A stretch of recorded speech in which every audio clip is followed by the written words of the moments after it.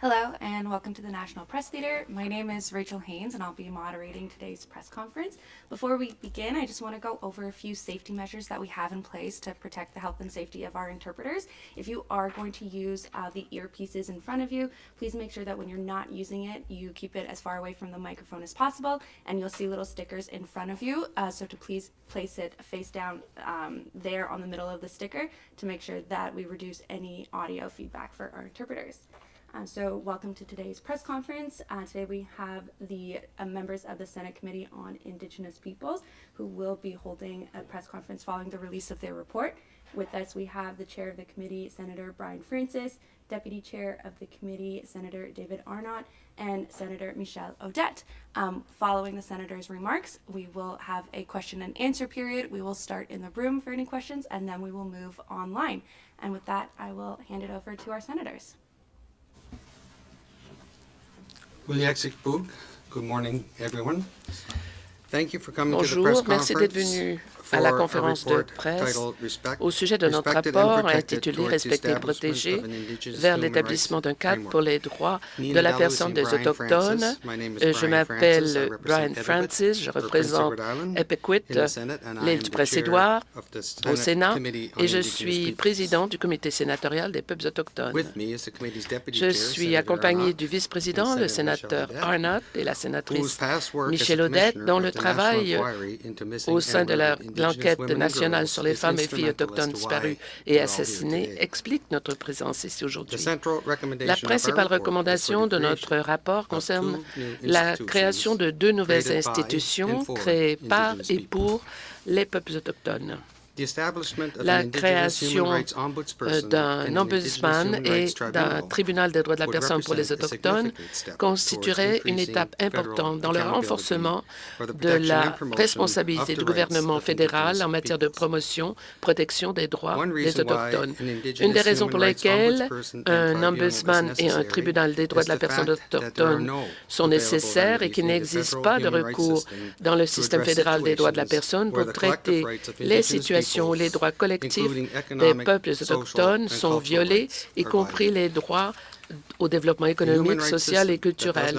Un régime des droits de la personne qui ne comprend pas, n'applique pas, ne protège pas les droits essentiels à la survie, dignité, bien-être de nos communautés n'est tout simplement pas suffisant.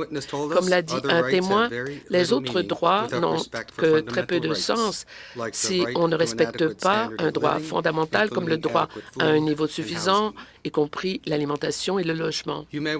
On peut se demander si les pouvoirs de la Commission canadienne des droits de la personne, du tribunal, ne pourraient pas être simplement adaptés sans qu'il soit nécessaire de mettre en place un mécanisme distinct. Il est vrai que les peuples autochtones ont pu,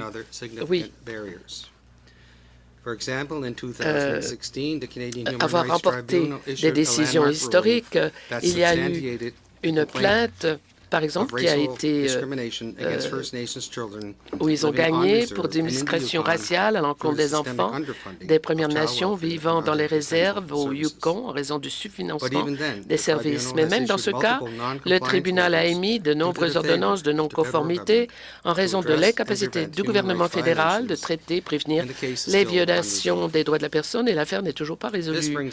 Cela nous amène à un deuxième point, l'efficacité du système fédéral actuel des droits de la personne est entravée par de longs retards. Nous avons appris que cette situation avait des répercussions négatives sur les populations autochtones qui risquent de continuer à subir de la discrimination en attendant qu'une solution soit trouvée. Bien que ce soit utile, la Commission canadienne et le tribunal ne répondent pas aux besoins des peuples autochtones. Et c'est aussi parce que, fondamentalement, cette commission, ce tribunal ne sont pas conçus pour les Autochtones. Un ombudsman autochtone, un tribunal des droits de la personne fondé sur les connaissances, les pratiques, les traditions autochtones, telles que la médiation d'autres formes de résolution de conflits, serait mieux à même d'apporter la justice aux personnes et aux communautés qui en sont dépourvues. Ces nouvelles institutions de défense des droits de la personne seraient également conformes à notre droit à l'autodétermination. Ce serait un environnement plus adapté à la culture, plus respectueux des traumatismes, pour que les Autochtones se sentent suffisamment en sécurité pour partager leur expérience douloureuse. La proposition d'un nouveau mécanisme de protection des droits de l'homme, garde des droits de la personne des populations autochtones, gagne du terrain. Rapport final de l'enquête nationale sur les femmes filles autochtones disparues et assassinées, publié en 2019, comprend 231 appels à la justice qui sont des impératifs juridiques. L'appel à la justice 1.7, qui prévoit la création d'un ombudsman national pour les droits de la personne des Autochtones et d'un tribunal national pour les droits des Autochtones. Le gouvernement fédéral semble être à l'écoute. En janvier 2023, il a organisé une table ronde réunissant des dirigeants autochtones, des ministres des 3 paliers de gouvernement. Le gouvernement y a annoncé la nomination d'une représentante ministérielle spéciale, Jennifer Rattray, chargée de fournir des conseils, des recommandations sur la mise en œuvre de l'appel à la justice 1.7. Lorsqu'elle a témoigné devant notre comité en avril 2023, elle a réitéré le besoin urgent d'un mécanisme de protection des droits de la personne des Autochtones. Nos mécanismes actuels sont limités pour ce qui est de comprendre, appliquer, protéger les droits des Autochtones, a-t-elle déclaré. Il n'y a pas de moyen simple, efficace, rapide et gratuit pour les Premières Nations inuites et métisses de dénoncer les violations de leurs droits. Ce vide doit être comblé, mais cela ne sera possible que si le nouveau mécanisme de défense des droits de l'homme, de la personne, a de vrais pouvoirs pour apporter des changements transformateurs. Il doit avoir le pouvoir de prendre des décisions juridiquement contraignantes, mener des enquêtes, faire rapport de problèmes systémiques et avoir aussi le pouvoir de demander des comptes au gouvernement pour ce qui est des actions qui violent les droits des populations autochtones. Si le Canada devient le premier pays à mettre en place un ombudsman, un tribunal pour les droits de la personne des Autochtones, notre pays sera chef de file dans la promotion de la réconciliation. Avant de terminer, je tiens à reconnaître toutes les femmes, filles et personnes bispirituelles qui sont disparues, qui ont été assassinées, et je reconnais les efforts inlassables des familles et des proches pour mettre fin à cet abus systématique des droits de la personne. La mise en place d'un ombudsman, d'un tribunal de droits de la personne des Autochtones est essentielle pour prévenir ces injustices. En ce qui nous concerne, notre comité continuera de rappeler au gouvernement ses obligations en espérant qu'il prendra les mesures nationales nécessaires pour respecter, protéger les droits des Autochtones. Je cède la parole au sénateur Arnott. La principale recommandation vise la création d'un poste ombudsman et d'un tribunal de droits de la personne des Autochtones. Puisque cela peut être long, nous sommes penchés sur des changements possibles au système qui existe à l'heure actuelle. Il vaut la peine de s'y pencher. La Commission canadienne des droits de la personne, Tribunal des droits de la personne sont les principaux organes fédéraux de protection des droits de la personne au Canada. La Commission peut enquêter, le tribunal peut entendre ces plaintes et peut même offrir réparation. Cindy Blatzka, directrice générale de la Société de soutien à l'enfance des Premières Nations du Canada, nous a donné un aperçu fascinant du processus actuel. Comme l'a fait remarquer le sénateur Francis, elle a réussi à obtenir une décision importante en faveur des enfants des Premières Nations dans une affaire portée devant le tribunal. Lors de son témoignage, elle a parlé de l'insuffisance des sanctions pour ce qui est parce que les défendeurs parfois ne respectent pas les ordonnances du tribunal. Et dans son cas, il s'agit du gouvernement fédéral. Comme elle l'a expliqué, le tribunal a reconnu le bienfait fondé d'une plainte après 72 jours de procès, a donné au gouvernement de mettre fin à ces pratiques discriminatoires. Le gouvernement ne l'a pas fait et Mme Blacksburg a noté que 20 autres ordonnances ont suivi. C'est un problème important. Elle a également contesté le plafonnement de l'indemnité pour préjudice moral que le tribunal peut octroyer. C'est 20 000 $ et ce n'est pas du tout conforme à la réalité. Ça a été fixé en 1998. Il faut donc revoir ce plafond. Ce n'est pas une somme négligeable, mais ce n'est pas du tout dissuasif pour un défendeur aux poches pleines lorsqu'il s'agit de quelqu'un pour qui l'argent n'est n'importe peu. Il faut prévoir des sanctions qui sont en fonction de la taille et du niveau de l'infraction. Notre comité est favorable à ce point de vue, recommande que le gouvernement fédéral envie la possibilité d'augmenter ce plafond. Les peuples autochtones se heurtent également à des obstacles lorsqu'ils tentent d'accéder au mécanisme canadien de protection des droits de la personne. Par exemple, un directeur général de la Commission a déclaré à notre comité que la loi canadienne interdisait l'octroi des dépenses. Cela signifie que même les plaignants qui obtiennent gain de cause ne peuvent pas se faire rembourser leurs frais de justice.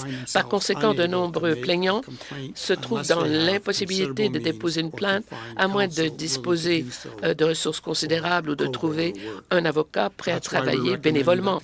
Voilà pourquoi nous recommandons que la Commission canadienne des droits de la personne, en partenariat avec les peuples autochtones, mène de vastes consultations afin d'identifier les obstacles qui empêchent les peuples autochtones à porter plainte auprès de la Commission. Nous voudrions aussi que la Commission élabore une stratégie dirigée par les Autochtones qui soit adaptée à leur culture et qui soit inclusive pour lever ces obstacles. Nous recommandons que la Commission fournisse à notre comité un rapport d'avancement 2 fois par année à partir de juin 2025. En outre, le retard dans l'examen des affaires pourrait être résolu en veillant à ce que la Commission et le tribunal disposent d'un financement adéquat. Après tout, un retard de justice est un déni de justice. Les retards représentent un autre obstacle pour les justiciables autochtones et en fait pour toute personne qui souhaite déposer une plainte en matière de droits de la personne au Canada. Il est clair pour nous, pour les témoins qui nous ont généreusement fait part de leur expérience et de leur connaissance, qu'un changement est nécessaire maintenant. Les mécanismes canadiens actuels ne fonctionnent pas pour tout le monde. Nous avons vu des preuves irréfutables qu'un mécanisme de protection des droits de la personne pour et par les peuples autochtones est en fin de compte la meilleure solution pour garantir que les droits de la personne des peuples autochtones sont respectés, protégés. Mais c'est un travail. Le travail se poursuit et il ne faut pas perdre de vue la possibilité d'apporter des changements significatifs aux mécanismes qui existent déjà. Nous demandons donc instamment au gouvernement fédéral de donner suite aux recommandations de ce rapport afin d'améliorer le régime actuel en matière des droits de la personne pour protéger tous les Canadiens. Merci. Maintenant, la sénatrice Odette.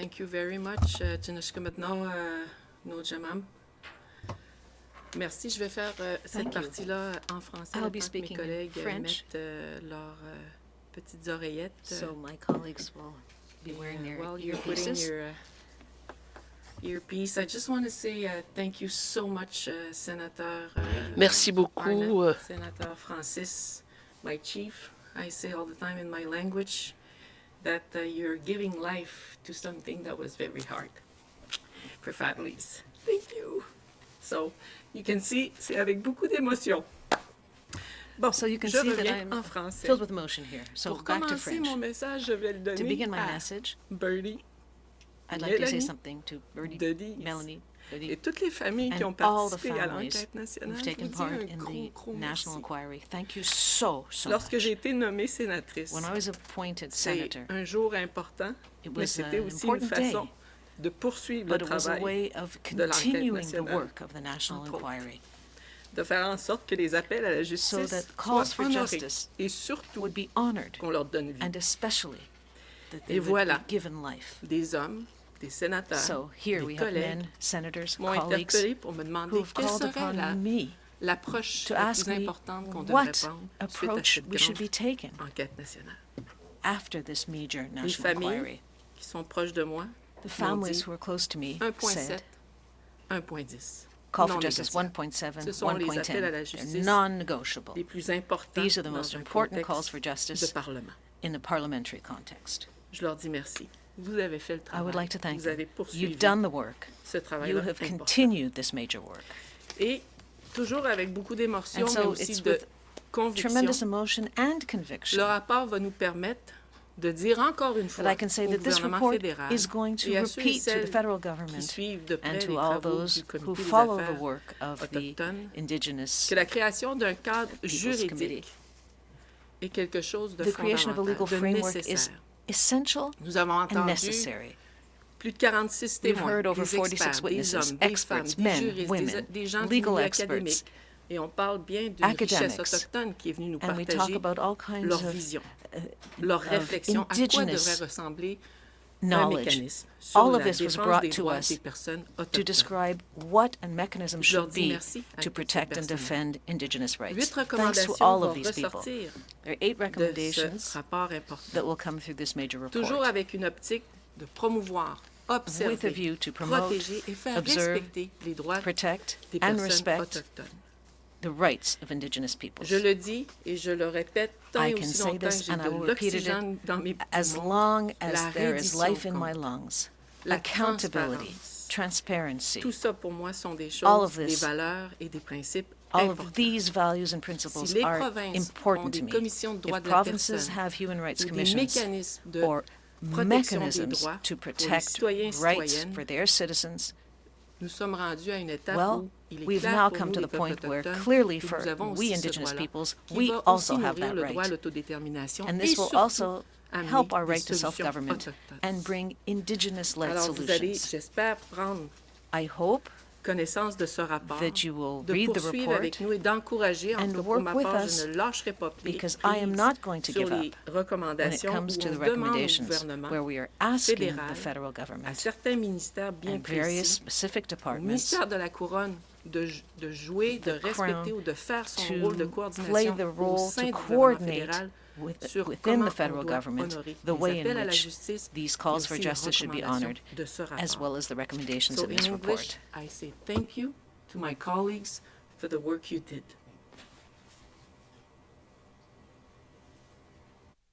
Thank you so much. We'll move over to our question period. We'll start in the room with Fraser from APTN. Yeah, I was wondering about the if you could be a bit more specific on how you think the this person should be appointed and the term and appointed by who. I'll start it off. I guess those are types of things that will be worked out as we move forward. The important thing is now is that we start with the idea of a national Indigenous Human Rights Tribunal and an ombudsperson, and preferably appointed by or with input from our First Nations people, because that's what it's all about. And just as a follow-up, you mentioned a couple times child welfare funding and some of the disputes over that, and I have, followed the tribunal as well. And one of the things that's come up from organizations like the Assembly of First Nations is that they would prefer that elected representatives, the chiefs, make these types of decisions rather than a board or even the tribunal, and that this. They think that the decisions and some of the things they've signed with the federal government are the best process to do that rather than having outside boards or interference in that way. So I'm just wondering how you would balance that, or a tribunal or ombudsperson would balance that. If Yeah. I can say two things. The first one, the report will support the work of the je sais pas c'est quoi son titre en anglais, là, I'm not sure what it's Jennifer called Moore in Rattray, when in she was English, appointed but by Jennifer the Rattray, minister, when she where was she appointed is by the minister. proposing a framework, a legal framework, a piece of what could look the legislation that Canada should push or advance, and how we choose the the person. But as a former commissioner, but also as a Innu woman and a senator, for me, it's very important that we find a balance, yes, between our First Nation government, but also grassroots people. If we had a national inquiry, it's because grassroots people stood up and supported by many chiefs in Canada. So the balance is very important, that we have also a space, safe space, where the people have a say in those structures. Thank you. We will move online right now. We have Alessia from the Canadian Press with one question and one follow-up. Hi there. Good morning. A little bit off topic from what we're talking about here today, but hoping to get your comments on how the Liberals tried to bring the First Nations Clean Water Bill to the Senate last week. They gathered First Nations leaders in the House to witness it, but they say the Conservatives blocked it and are playing politics with an essential right. I'd like your responses on what happened there. Well, I'll start it off by saying we're here to talk about the National the Tribunal and the Ombudsperson today. You can call the offices after, but in respect of family members, I think we should pursue on this.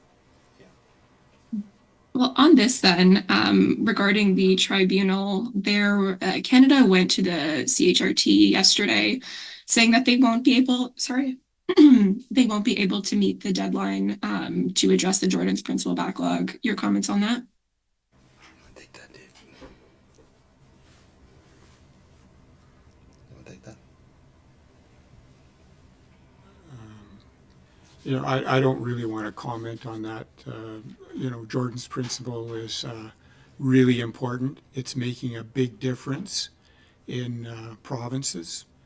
And I know I can speak in Saskatchewan, and I know in Saskatoon it's a huge difference that needs to be properly funded. And that's as clear as I can get. Are you helping us to have a strong argument that when we will have those mechanisms in place, we will have an opportunity or a place or a space to make sure that we never stop or push to make sure that families in the communities or in the urban area are respected in their rights, according also on the Jordan's Principle, and I would add Joyce Echaquan Principle also. And I think moving forward, it's fair to say that there's certainly a lot of work to do, but it's important that we continue to move the needle forward, which I think we're doing here with our report and holding the government accountable. Thank you. We don't have any other questions on Zoom right now. I will turn it back to the floor. Fraser, if you have another question. I was just going to follow up that as well. I know you don't want to get into specifics, but Canada already does have a number of, for example, the correctional investigator, different bodies that monitor the government. The problem is the government often doesn't follow the recommendations, and there's been numerous Canadian Human Rights Tribunal rulings, court rulings against Canada on Indigenous issues that they have not followed. I wonder how this person, rather than making recommendations or monitoring, might improve things for Indigenous people, I guess, on the ground, that so the government actually follows some of these rulings. Well, I think if we have, the Human Rights Ombudsperson and Tribunal that are created by First Nations, for First Nations, that are culturally appropriate, trauma-informed, and, like as I mentioned, led by First Nations or Indigenous people, that will go a long way.